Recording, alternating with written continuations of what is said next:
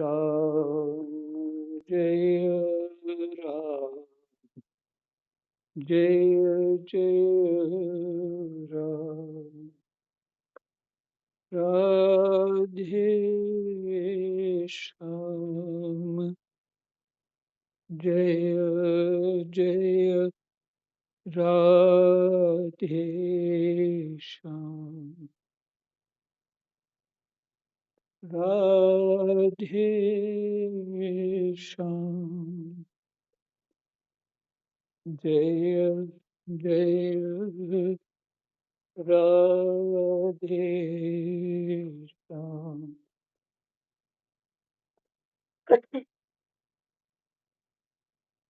श्री गणेशाय नमः। श्री सीतारामाभ्यां नमः। श्री हनुमते नमः। श्री उमापते नमः। श्री गुरुवे नमः। सब संतन की जय जय जय जय सीताराम राधे श्याम।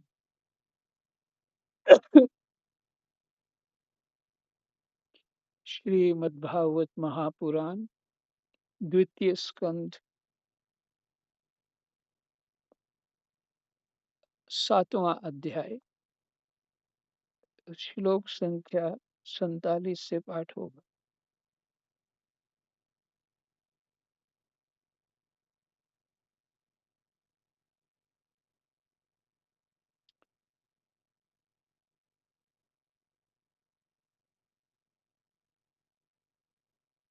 परमात्मा का वास्तविक स्वरूप एक रस, शांत, अभय एवं केवल ज्ञान स्वरूप है।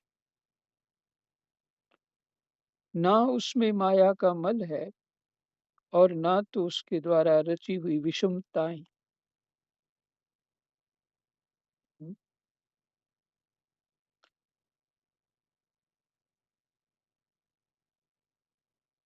विषमताएं यही तीनों गुण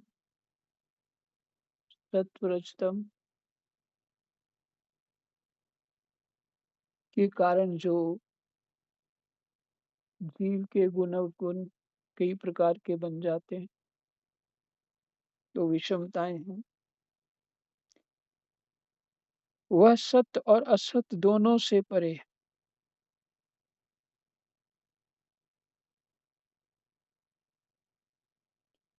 कौन दोनों से परे है? परमात्मा का वास्तविक स्वरूप एक रस, शांत, अभय एवं केवल ज्ञान स्वरूप है।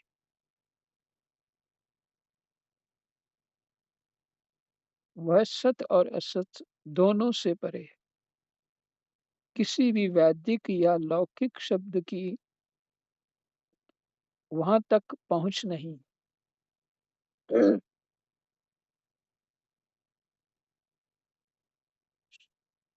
शब्द के द्वारा उसकी अनुभूति जो भी हो वो कह नहीं सकते। वो जहाँ जो अनुभूति होती है उससे भी परे है। अनुभूति से भी परे है। अनुभूति तो कहीं अपने भीतर कुछ इंद्रियों द्वारा ही अनुभूति होगी ना, बुद्धि के द्वारा हो सकती है। वो उससे भी परे।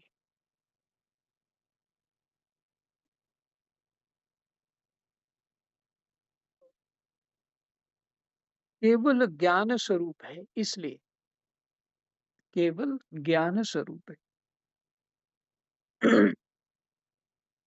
ये आत्मा का स्वरूप है, परमात्मा का स्वरूप है। किसी भी वैदिक या लौकिक शब्द की वहां तक पहुंच नहीं है। अनेक प्रकार के साधनों से संपन्न होने वाले कर्मों का फल भी वहां तक नहीं पहुंच सकता।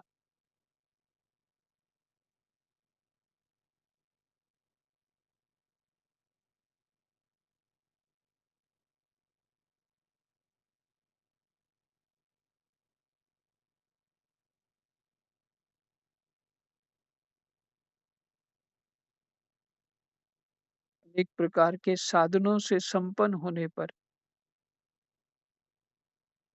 साधन तो भजन इत्यादि ही है। जितने भी प्रकार के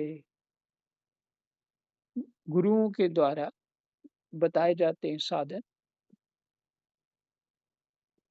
भगवत प्राप्ति के लिए,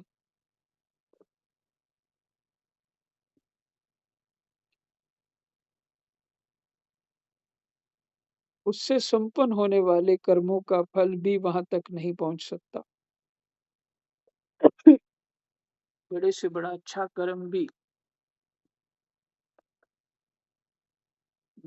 और बड़े से बड़ा बुरा कर्म भी, वहां कोई प्रभाव नहीं है उसका।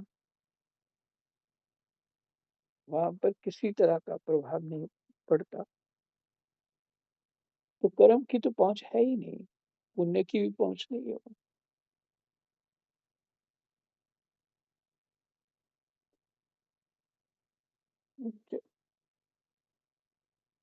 बताया ना, जागृत अवस्था, स्वप्न अवस्था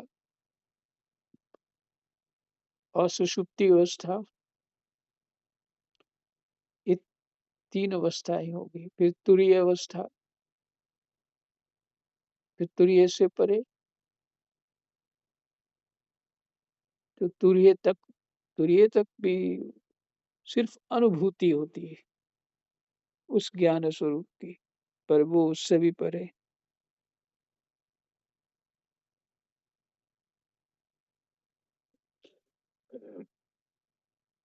तो ये हमारे कर्म, बुरे कर्म या अच्छे कर्म, किसी तरह भी ना उसको हानि पहुंचा सकते हैं, ना वो कोई लाभ उसको पहुंचा सकते हैं। क्योंकि भगवान का स्वरूप जो है एक रस है, शांत है, अभय है और केवल ज्ञान स्वरूप है।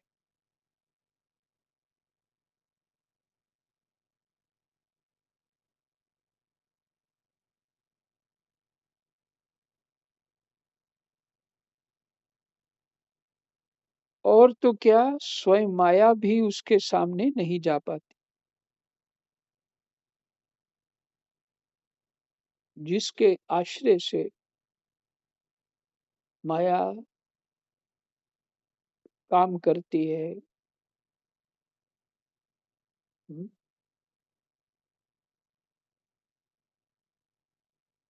वो भी उसके सामने नहीं जा पाती। लज्जा कर भाग खड़ी होती है। परम पुरुष भगवान का वही परम पद,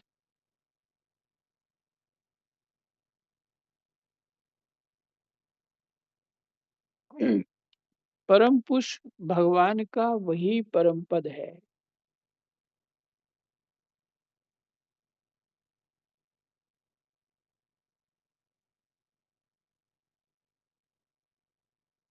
वेदांत के अनुसार स्वरूप है ना।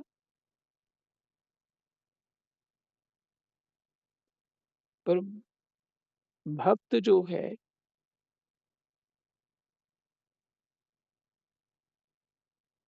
भगवान का जो सगुण साकार स्वरूप होता है, वो उसको ही सब कुछ मानता है। वो भक्ति के अंतर्गत है।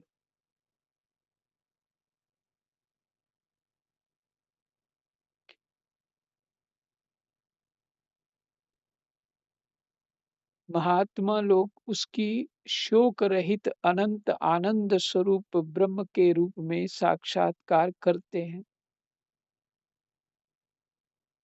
ये वेदांत के अनुसार महात्मा लोग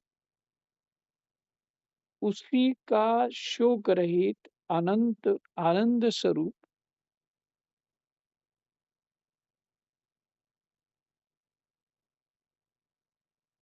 शोक रहित आनंद स्वरूप, अनंत आनंद स्वरूप, अनंत आनंद स्वरूप ब्रह्म के रूप में साक्षात्कार करते हैं।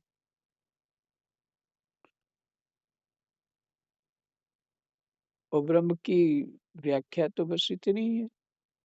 सच्चिदानंद।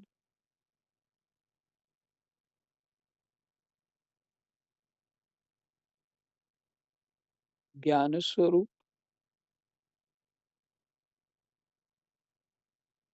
फिर कहते हैं, ब्रह्मा जी बता रहे हैं नारद जी को, संयमशील पुरुष उसी में अपने मन को समाहित करके स्थित हो जाते हैं।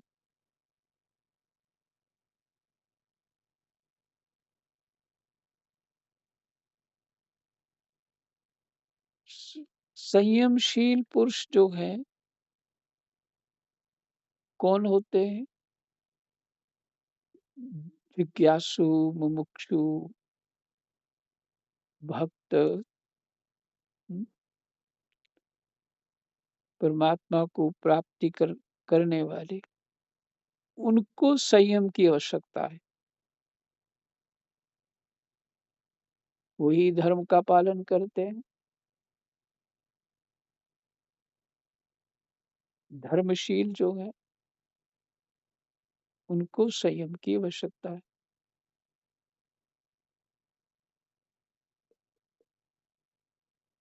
और जो मन के अनुसार ही चलना चाहता हो, संसार में ही खुश रहना चाहता हो, संसार ही सब कुछ है जिसके लिए, मनमुखी है जो,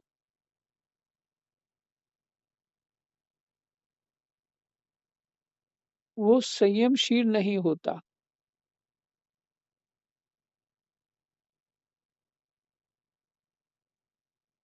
और संयमशील पुरुष उसी में अपने मन को समाहित करके स्थित हो जाते।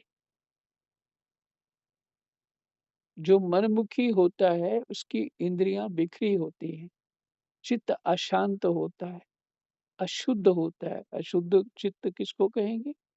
अनेक प्रकार की जानकारियां जिसका कोई अर्थ नहीं, कोई लाभ नहीं, संसार की अच्छाइयां बुराइयां बुद्धि में उसकी जानकारियां भर के बैठे रहना, और मोह आसक्ति, देह गेह में आसक्त, पुराने जख्मों की स्मृतियां, पुराने कष्टों की स्मृतियां, और बड़ी बड़ी आशाएं, ये सब जो है अशुद्ध चित्त है। अगर कुछ भी रहा उसमें थोड़ा तो उतनी ही अशुद्धि मानी जाएगी। और अशुद्ध चित्त जो है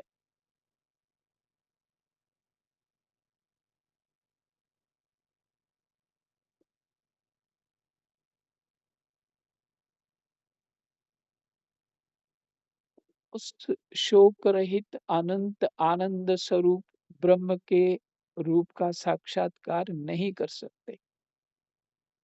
इसलिए संयमशील पुरुष उसी में अपने मन को समाहित करके स्थित हो जाते हैं।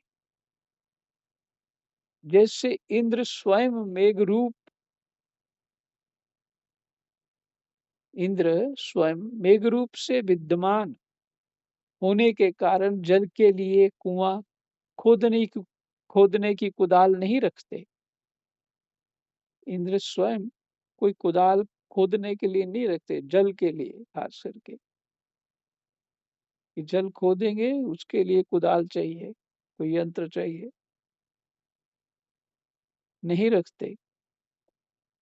वैसे ही वे भेद दूर करने वाले ज्ञान साधनों को भी छोड़ देते हैं।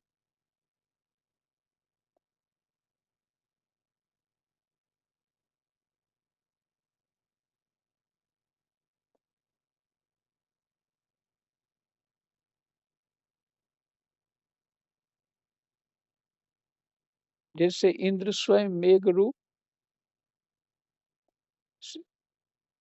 रूप से विद्यमान होने के कारण जल के लिए कुआं खोदने की कुदाल नहीं रखते।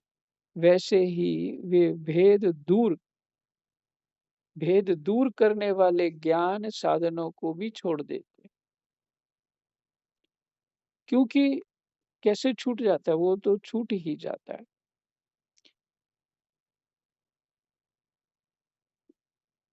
जिनका मन समाहित हो गया, स्थित हो गया, बुद्धि स्थित प्रज्ञ हो गई, संयमशील है, उनका चित्त कहीं और जाता ही नहीं। तो भेद का किसी बात का भेद नहीं रहता। तो भेद दूर करने वाले ज्ञान साधनों को भी छोड़ देते।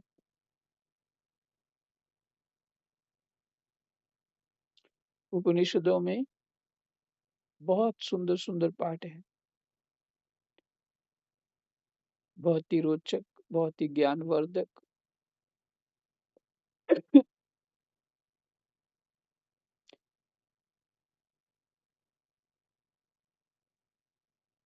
एक कोई महात्मा थे, उनका नाम याद नहीं आ रहा, उपनिषद में वर्णन।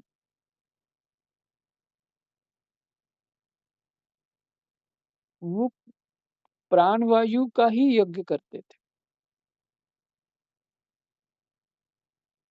एक यज्ञ होता है ना, सामग्री लेके स्वाहा स्वाहा, परंतु वो प्राण वायु का ही यज्ञ करते थे। अपने भीतर जो प्राण ले जा रहे हैं, वो यज्ञ स्वरूप। इस तरह से एक मूल रूप में आपको बात बताई कि प्राण वायु का ही यज्ञ करते हैं।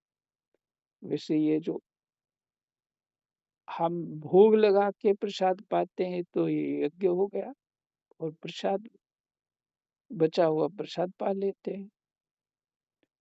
वो हमारे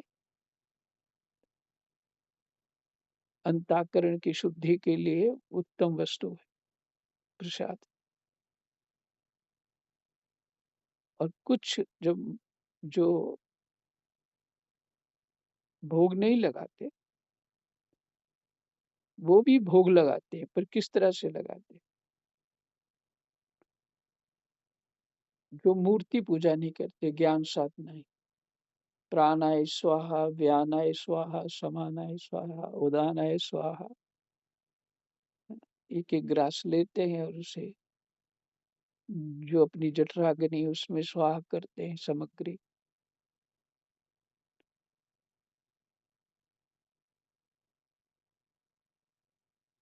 तो गीता जी में श्लोक जो प्राणों में प्राणों का हवन करता है, कुछ इस तरह से है, जिससे भेद दूर करने वाले ज्ञान साधनों को भी छोड़ देते हैं। तो जिनका भेद बना हुआ है ना, उनका भेद दूर करने वाले ज्ञान साधन, सत्संग इत्यादि, ये भेद दूर करने वाले साधन है।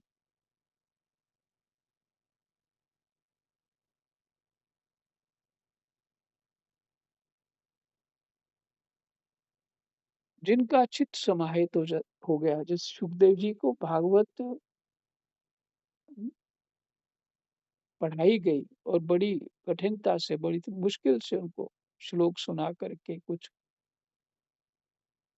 बाद में उनको रुचि हुई है क्या चीज है, क्या भगवान की महिमा कैसी है, भगवान इतने सुंदर कैसे हैं। तो जब उनके चित्त में ये बात आई, तो फिर व्यास जी ने उनको पढ़ाया। लेकिन उससे पहले तो वो साधन ही कर रहे थे।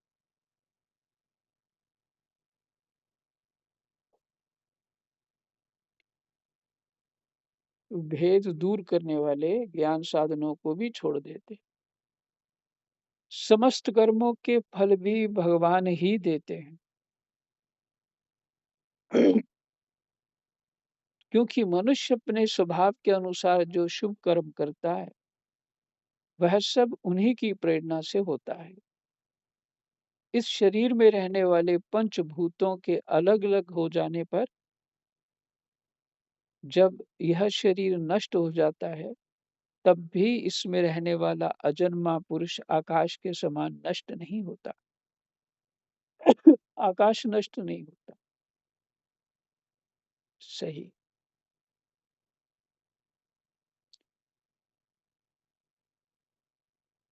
मनुष्य अपने स्वभाव के अनुसार जो शुभ कर्म करता है, वह सब उन्हीं की प्रेरणा से होता है। यही है भगवत कृपा। उनकी प्रेरणा से होता है। और जीव की अपनी अपनी जो इच्छा होती है वो तो मन के अनुसार चलने की होती है। तो जो भी शुभ कर्म होता है वो उन्हीं की प्रेरणा से होता है। इसलिए किसी महात्मा को पूछा था, आप छोटी उम्र में साधु बन गए थे और साधना करते हैं। अब छोटी उम्र में ही बहुत सारे गुण हैं आपके भीतर। तो उन्होंने जवाब दिया था, ये गुण तो सारे परमात्मा के हैं, मेरे पास तो अवगुण ही है। कि अगर अवगुण नहीं होते तो मैं साधना क्यों करता।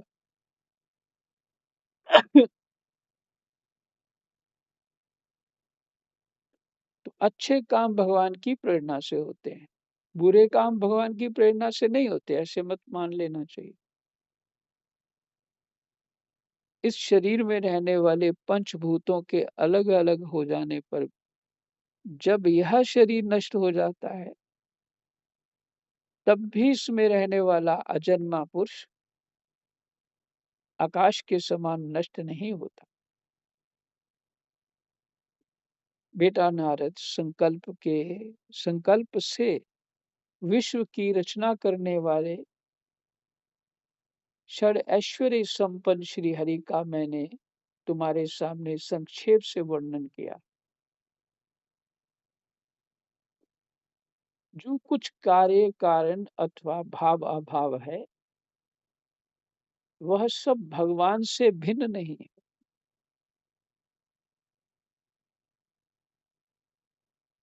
जो कुछ कार्य कारण अथवा भाव अभाव है, वे सब भगवान से भिन्न नहीं है। जगत में कुछ भी हो रहा है पर परमात्मा की सत्ता से ही हो रहा है।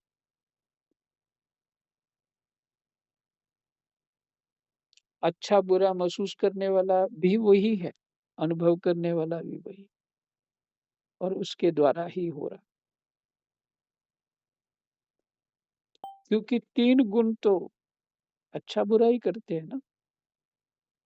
तीन गुण है ही इसलिए।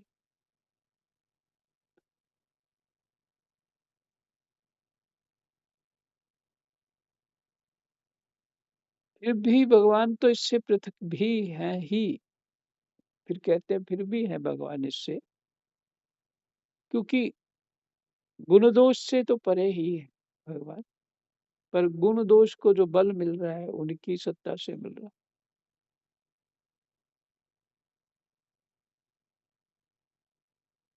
भगवान ने मुझे जो उपदेश किया था वह यही भागवत है। ब्रह्मा जी कह रहे हैं नारद जी से, भगवान ने मुझे जो उपदेश किया था वह यही भागवत है।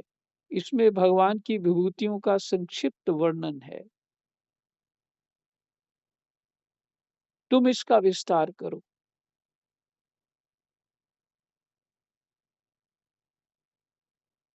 जिस प्रकार सबके आश्रय सर्वस्वरूप भगवान श्री हरि में लोगों की प्रेममयी भक्ति हो, जिस प्रकार सबके आश्रय सर्वस्वरूप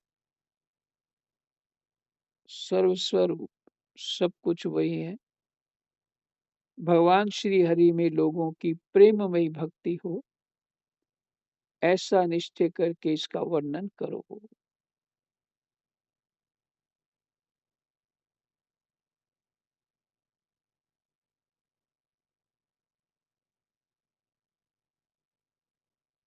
फिर से श्लोक संख्या 51। भगवान ने मुझे जो उपदेश दिया था वह यही भागवत है। इसमें भगवान की विभूतियों का संक्षिप्त वर्णन है। तुम इसका विस्तार करो। नारद जी से कह रहे हैं।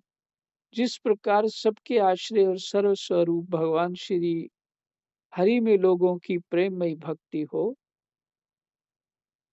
ऐसा निश्चय करके इसका वर्णन करो। जो पुरुष भगवान की अचिंत्य शक्ति माया का वर्णन या दूसरे के द्वारा किए हुए वर्णन का अनुमोदन करता है अथवा श्रद्धा के साथ नित्य श्रवण करते हैं, उनका चित्त माया से कभी मोहित नहीं होता। ये फल है भगवान की कथा वार्ता सुनने।